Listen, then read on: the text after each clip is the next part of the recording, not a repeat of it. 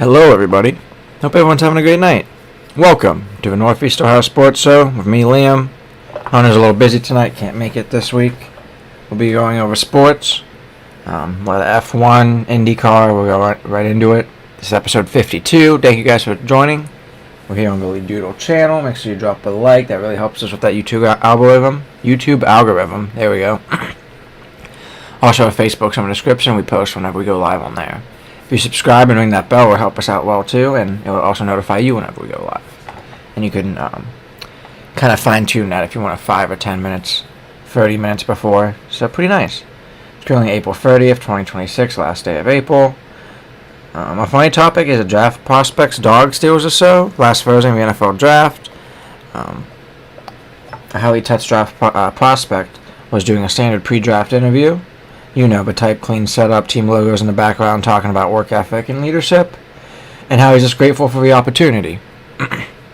Everything was going exactly how the agents and PR teams drew it up, because they spend so much money on this crap now. Towards the dog decided it was time to participate out of nowhere. The dog jumps into frame. At first, it's kind of a quick distraction, tail waggling, sniffing around, but within seconds it turns into full chaos. The dog starts licking the player's face, climbing on his shoulders, and completely ignoring the fact that this was supposed to be a polished, professional moment, being broadcast to scouts and analysts and the millions of fans out there for the draft. So that's funny. I mean, you know, people probably love that. Americans love dogs. Clips of the interview hit social media almost immediately, and apparently he tried to keep it together through it, which is actually even funnier in my opinion. Like trying to act the same, he just kept answering questions about his college career and draft expectations. Clips of the interview hit social media about immediately. Within hours, the dog had gotten viral. Fans weren't talking about the 40-yard dash times and vertical jumps at the player. They were making jokes about the dog, so that's funny. Quick F1 recap. F1 heads into this weekend. Finally have it back after a 5-week break. If you have Apple TV, make sure you're watching that. They had a weekend warm-up, I believe, just this morning. So it should be live on there, and I think YouTube as well. I'm heading to Miami International Autodrome for round 4 of the 2026 season. After they skipped 2 races, Bahrain and Saudi Arabia. Then shaping to feel like a mini-season reset. After a disrupted April schedule, after a long break, teams had extra time to develop upgrades, if we kind of talked about for the last 2 weeks. So expect notable performance swings. The track itself is a 57-lap street-style circuit around the Hard Rock Stadium in Miami, or North Miami. Known for heat, humidity, and unpredictability, interesting, no driver has ever won there from the front row, which makes strategy and race pace critical here. A lot of times we've seen yellow flags change up the race.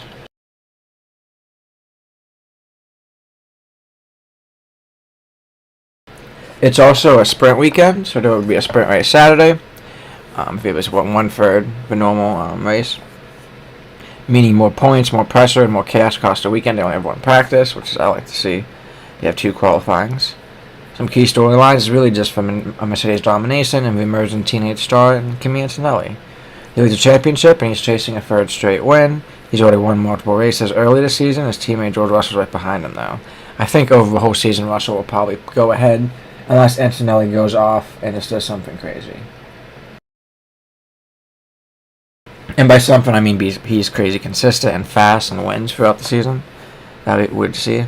Fans are calling a potential changing of regard moment. F1 of a 19-year-old leading the sport, kind of like when Max was still older, because, excuse me, I don't believe he won his first F1 championship until he was 23, not his first race. Massive car upgrade, especially from McLaren. Miami's basically bringing an upgrade war. McLaren's basically bringing a completely new car, which I didn't know about. That would be interesting to see. With Ferrari and Red Bull also having major upgrades, both needing them. Cadillac makes its home debut as its American team. They have a special livery, which is awesome to see. Some stars and stripes on that bad boy. It'll be cool to be during May as well, and we have Indy 500, 250th coming up as well we'll be talking about. There's also a little bit of new rules, tweaks for mid-season, rolling out rule changes in Miami to fix issues with new cars, adjustment to the energy deployment, safer race starts, and reduced super clipping. Which is because of power drop issues, and really it's just kind of energy recharging and a little bit of stuff with qualifying as well. There's actually current weather chaos potential with early forecasts hitting possible rain, which could shake up strategy, favor unexpected drivers, and create a surprise podium, might delay the race as well. Sometimes they'll delay the race if they could start on slicks and intermediates, and they don't have to be on the wet tires. They hate the wet tires. Miami's is actually one of F1's biggest lifestyle events. It's becoming the F1 Super Bowl with celebrity-packed parties. Trump was there a couple years ago. There's always, like, Terry Crews is always there. A lot of celebrities and music always go. Miami's a popular area. With fashion collabs of F1 and streetwear, with massive U.S. fan engagement as well. This should be fun. My favorites to win right now are Kimi Antonelli for fastest car in best form. However, George Russell's close behind with his consistency and experience. Max Verstappen's still dangerous, especially in chaos or the rain. He might be better in there too as well. All depends on these upgrades as well. Strong podium contenders are Charles Leclerc for Ferrari and Lewis Hamilton. Obviously, McLaren, especially if the upgrades hit, kind of like Ferrari as well. Lando Norris and Oscar Piastri. Really, the big sleeper factor would be the rain, and if we could flip everything, however, we talked about before, Miami produces unexpected winners because of yellow flags or pit strategy. So it'll be interesting to see. We'll go on to IndyCar. We had Long Beach, which we talked about a little while ago. Our next race is the Indianapolis Motor Speedway road course. It's a permanent road course at Indy. Technical, high grip. It's early May. Excited for it. We'll talk about it here in a little bit. It would be what? Sonso Grand Prix. SONSIO. Right now, it's basically trending topics for IndyCar is just Alex Palou is dominating the season. He leads the championship with a clear gap. He has stacked multiple wins so far this year as well. With just winning Long Beach as well, continuing to win a crazy stretch. I think he won back-to-back of these races last year. I know he won the Indy 500, but I think he won the road course too. Fans are asking if it's turning into a one-driver season, similar to the peak years of Verstappen and Lewis at F1. However, there's also a tight championship battle behind him. We've seen this the last couple of years. With Kyle Kirkwood sitting close behind at points. Midfield stacked. It should be interesting to see. Basically, 10-plus drivers could win any weekend at IndyCar, but consistently it would be Alex Palou and he'll win the championship.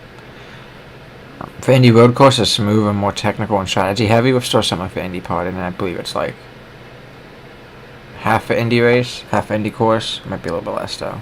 Less chaos, more precision with tire strategy and pit timing to matter more than outright aggressive. Huge narrative shift we have going is for Indy 500 looming. Teams are building strategy for Indianapolis. We had testing over the past week. Drivers drivers balancing risk and momentum. Big names starting to show their cards. It's interesting to see. I'm really excited for it. The underdogs and sleeper chatter. Pato O'Ward, he's always aggressive, dangerous on these type of road courses. Joseph Newgarden, he's strong at Indy historically. And Roman Grosjean, he's a consistent street and road performer. I believe he's won Indy one time, unless I'm thinking of someone else. Favorites to win are Alex Palou, Pato O'Ward, Joseph Newgarden. Some podium contenders, though, are Kyle Kirkwood, Scott Dixon, and Phelan Rosenqvist. With your sleepers, Christian Lundgaard and David Malukas. So it'll be interesting to see. I'm going to take a quick swig, and then we'll go into NASCAR.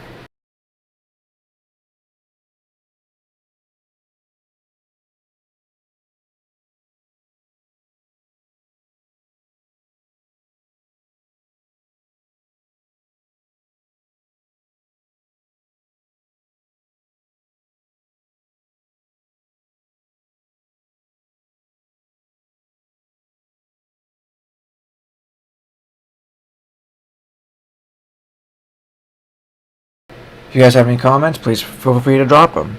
Even if you're watching later on, I appreciate it. Drop a like and drop a comment, and I'll reply. We can talk about some sports. Last week in the NASCAR Cup Series delivered exactly what Talladega always promises. Crazy race. I got pissed. Absolute chaos, tight packs, and a surprise winner. Very surprised because of the wrecks. Jatlings 500 at Talladega. Super Speedway was last April 26, and then with a breakout moment, Carson Hocevar pulled out of a huge upset, grabbing the win in a photo finish style ending. He edged out Chris Boucher and Alex Bowman, surviving a race that featured consistent position changes of a kind of drafting battles Talladega is known for. It would have been sweet to see Bowman win. Just to see 48 win again, it would have been awesome. They haven't been lows in a while. Still a Hendrick Motor car, but it would be awesome. These Talladega races are less about domination, more about survival. And Hocevar did exactly that, timing his move perfectly late. It's a major storyline because it introduces a new unexpected winner to the 2026 season, first time at Talladega.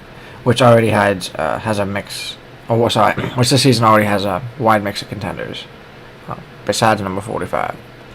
One of the biggest talking points right now, it's just not for the race, but what's happening behind the scenes. There's been some Kyle Busch drama. His crew made a sudden crew chief change after a slow start to the season. He's currently sitting way down in the standings with only one top 10 finish, which is shocking for a two-time champion. Parity everywhere. We're seeing multiple with different winners early in the season, which is making the championship a little bit more wide open.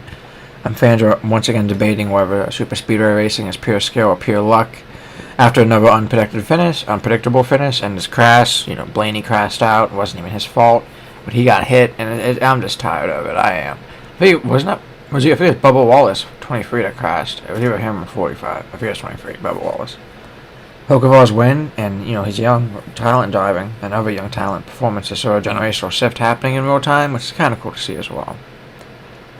Number 1, Tyler Reddick. We talked about still leading with a strong, consistent start in the points. Number 2 is Ryan Blaney, which is good to see. He's always up front. Denny Hamlin, number 3. Ty Gibbs, Chase Elliott, Kyle Larson. Kind of we talked about before. Reddick's consistency is the key storyline here, and that's kind of why they're keeping him together. The next race this week is at the Texas Motor Speedway, and let me check time for that for y'all.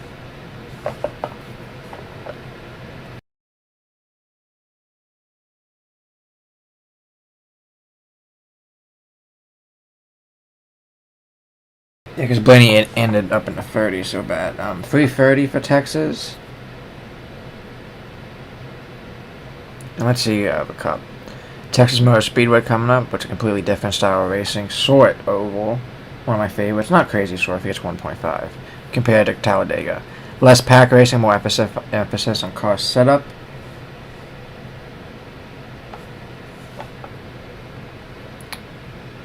Sorry about that.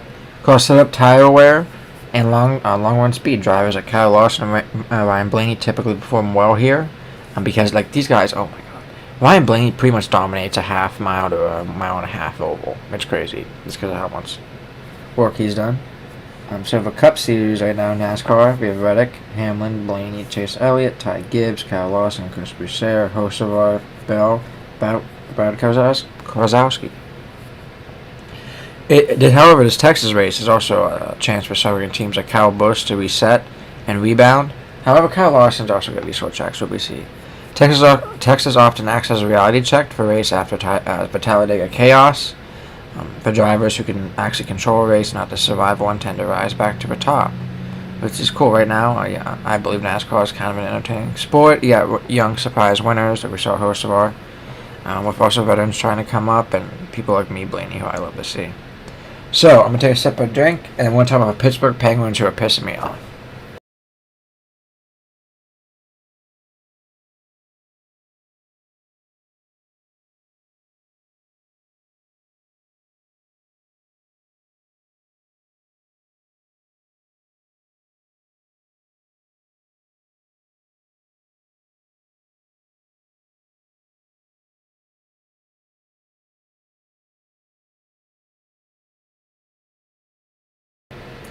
So we got scores below me, live scores right now, and then we have scores above me. I was NFL draft from last week, above me for round 1.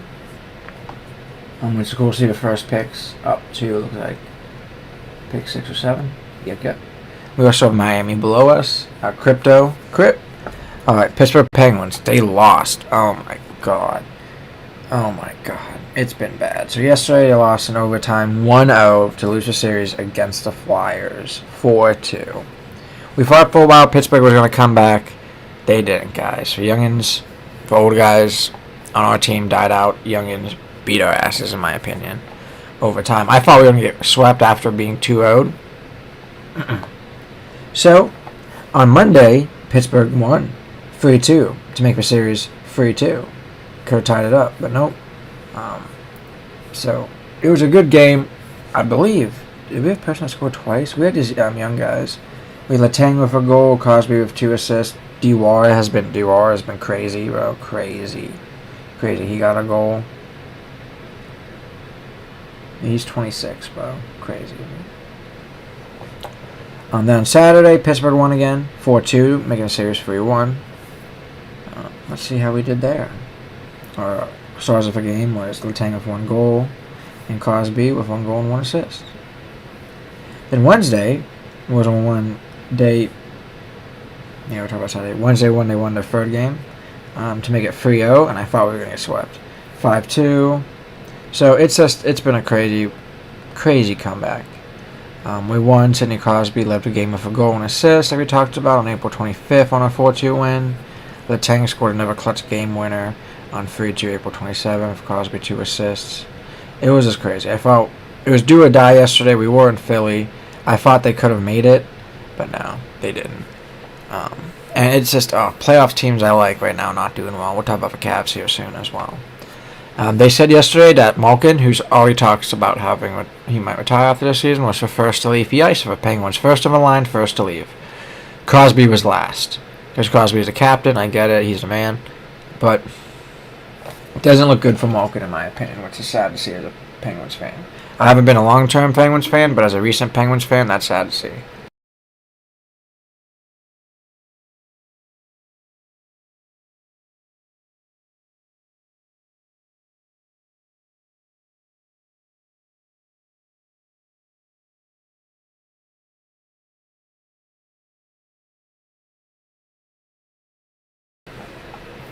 Now going on the Cavs, the Cleveland Cavaliers right now are right in the middle of a tight, high-drama playoff series, with things I've sifted over the past few days. We'll go into them. Actually, when they play next, they play tomorrow at 7:30 on Prime Video, with us leading the series 3-2. We just need one more game to get out of here, and I'm scared because I believe Toronto. They haven't won. They won back-to-back, but then we won the last one. So yesterday, the Cavs won 125-120, but clinching because the series was tied 2-2. Sunday, we lost 93-89. Last Thursday, we ended up losing again, 126-104. We talked about for the rest of the series before. Yesterday, it was really Schroeder and Mobley rallying us in the fourth quarter. James Harden had 23 points. 9 rebounds, 5 assists, leading our team. Mitchell had only 19 points, 5 rebounds, and 3 assists. So, not the best, but yeah, Schroeder got 19 and really helping us out in the end there. So, thank God. This next game is going to be butt clenching, guys, so hopefully we can make it. If we lose, that game 7 will be Sunday. So, be ready for that. I personally think it's just what's happening. We have Donovan Mitchell doing well, but our team as a whole can't really close out. We have a lot of turnovers happening, and poor shooting were the major issues, especially compared to Toronto's clutch free throws late. And like Scotty Barnes and I think it's R.J. Barrett, what's going off for him? It's a big swing because Cleveland started the series strong, even jumping out a 2-0 lead, but now all that momentum is gone. It went 2-0, then they lost 2 straight games, and then we won 1. So crazy. What happened to the offense? The Cavs have gone dominant early because struggling to score more. Donovan Mitchell's under pressure. He's had some rough efficiency games, and fans are starting to question his consistencies in big moments. Like I talked about before, we've been sloppy with turning over the ball, which has directly led to losses. So hopefully we can still get it done. On paper, we still look more talented, but our Raptors are basically out executing us, especially late in these games. So hopefully we can win out the series.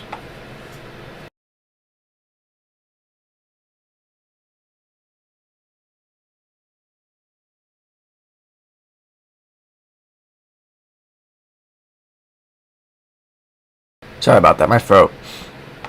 Alright, Cleveland Guardians. Let's talk about the last series, and then we'll go right on to the NFL Draft recap. So last Friday, we won against Toronto 8-3. Saturday, we lost against Toronto 5-3. Sunday, we lost against Toronto 4-2. Monday, we started a series against Tampa Bay and lost 3-2. Lost again against them and again on Tuesday 1-0. And beat them on Wednesday 3-1. So finally got a win, but we are at 500 at 16-16. Tomorrow we play against the Athletics at 9:40. The West Coast times. We play them Saturday at 4:05. We also play them Sunday at 4:05. Then we have a Kansas City. I guess, run, matchup from Monday through Thursday. From Monday through Wednesday games are all at 7:40. We're at Kansas City, and then Thursday's at 2:10. Get that morning game. So it'll be interesting to see. We have our pitchers lined up, so hopefully we can get some wins. Really, we kind of have been struggling all around. We have strong pitching but inconsistent offense right now. We basically only have Jose. At the start of our season, we had some more bats, but it's not coming up, not really happening right now. We're competing for top of the AL Central early in the season, so even our division's not doing very well right now. Some quick trending storylines is our pitching is carrying everything. Gavin Williams has been strong, even in losses. They're keeping games close, and that's how the Guardians have been for like 10 years. It is crazy. Since we went to the World Series, so it's been over 10 years. Offense is wildly inconsistent now. Taylor's over his time. He scored 1 run in 1 loss and 0 in another. Multiple games and missed opportunities late. And we have basically our big issue is lack of a clutch hitting. Tanner Bybee is getting no help. He has solid outings, but almost 0 run support. When he's been pitching, that's become a major talking point. Young players are getting attention with prospects and young hitters are getting chances with mixed results and being a part of a bigger long-term shift, which, we'll see. Sometimes that'll happen. If you are trying out a lot of young guys, it might not always be the best. Momentum just swings consistently. The team can look great one night and completely out the next, so we'll have to see how we keep doing. For Browns recap, they had one of the greatest drafts of the teams, they were saying, because we had 10 picks. We focused heavily on offense at 8 out of 10 picks. Our strategy was to build a modern, fast, and versatile offense under a new coaching. Our first-round picks were Spencer Fano. He's an offensive tackle out of Utah. I was picking at number 9. He's an elite offensive lineman, seen as a cornerstone piece that we will need because our last tackle pick didn't do so well in the first round. But we don't talk about that for Bama. KC Concepcion, wide receiver, pick number 24, dynamic, playmaker. He had speed and separation ability, which is really what we need, and I love speed. And I know Sanders loves speed. We really have a fast offense. Browns are trying to fix protection and create big plays immediately. Actually, smart drafting. We also had some skill and depth additions. We had Denzel Boston as another wide receiver. Potential steal, viewed as someone as a first-round talent, which is great to see. Emmanuel McNeil Warren as a safety, versatile defensive piece, strong value pick. I do like them versatile safeties. And we also got another center, Parker Brailsford forward. Could start early, boosting our offensive line flexibility. We could always flip guys around, which is really cool. It wasn't just about star power. They added depth that could play right away. Some late-round swings. We got QB, Taylene Green. He's athletic, developmental quarterback. We have so many quarterbacks, so we need to cut some. If it would be me, get rid of Gabriel. You can't really get rid of Watson because you're screwed on that freaking guaranteed money. But maybe even Green, or maybe they'll get rid of the 4th string, whoever they have behind Sanders. Multiple tight ends and offensive lines to round out the offense of the late picks. So high upside athletes over safe, low ceiling picks, which is cool to see. Most analysts gave us a B to B plus ratings, among the teams that crushed it, so which is great to see. But trending topics about basically offensive getting a complete overhaul. Oh my God, U-Haul, yuck. 2 wide receivers, multiple linemen, a QB, a tight end, clear commitment to fixing a struggling offense, which is true. The wide receiver room is suddenly interesting. We have Concepcion, an explosive rookie, and Boston also has a breakout candidate, which is awesome to see. If the Browns quietly build a going for best young and top wide receiver groups, we will have to see, with a great number of underrated moves in the offense as well. So I'm excited to see that. We kind of talked about the QB room being a little bit messy.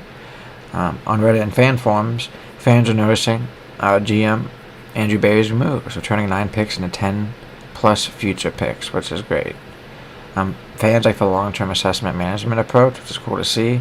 What it means for the Browns in 2026, best case scenario, our offensive line improves immediately. These rookie wide receivers can contribute early too. Our offense becomes faster, more explosive. The biggest risk is relying on these young players too early, and a QB situation holding everything back. So it'll be interesting. Me and Hunter will talk a little bit more here coming up about the Browns when he can make it, and as the season gets closer, it's just for draft. I'm excited for F1 to be back this weekend. I'm really excited. I love Miami. It's in the home state, so the time isn't crazy like somebody is European or Asian time. So I'm excited for it. I really hope everyone has a fantastic night. That's really it for me, Liam, here on the Northeast Ohio Sports Show. I believe it was episode 52. Clay Matthews, linebacker's number. Heck yeah, Ohio State, baby. That's really it for me. Hopefully Hunter could make it next week. I know we had some stuff going on this weekend, so I figured it would probably be a little busy. Really appreciate everyone stopping by here on the Lead Eagle channel. Once again, drop any support you feel is right. I really appreciate everything. I love all the views we get and just any support we get, because really this is something I do for fun, and any views is better than none. And I don't really advertise this at all on anything, so it's kind of cool to see this get built up. That's it for me, guys. Have a great last day of Friday, and then we're here after weekend. Race weekends. It's going to be awesome to see. Don't have IndyCar, but we have NASCAR and F1, which makes me happy. Have a great night, Ohio. Peace, guys.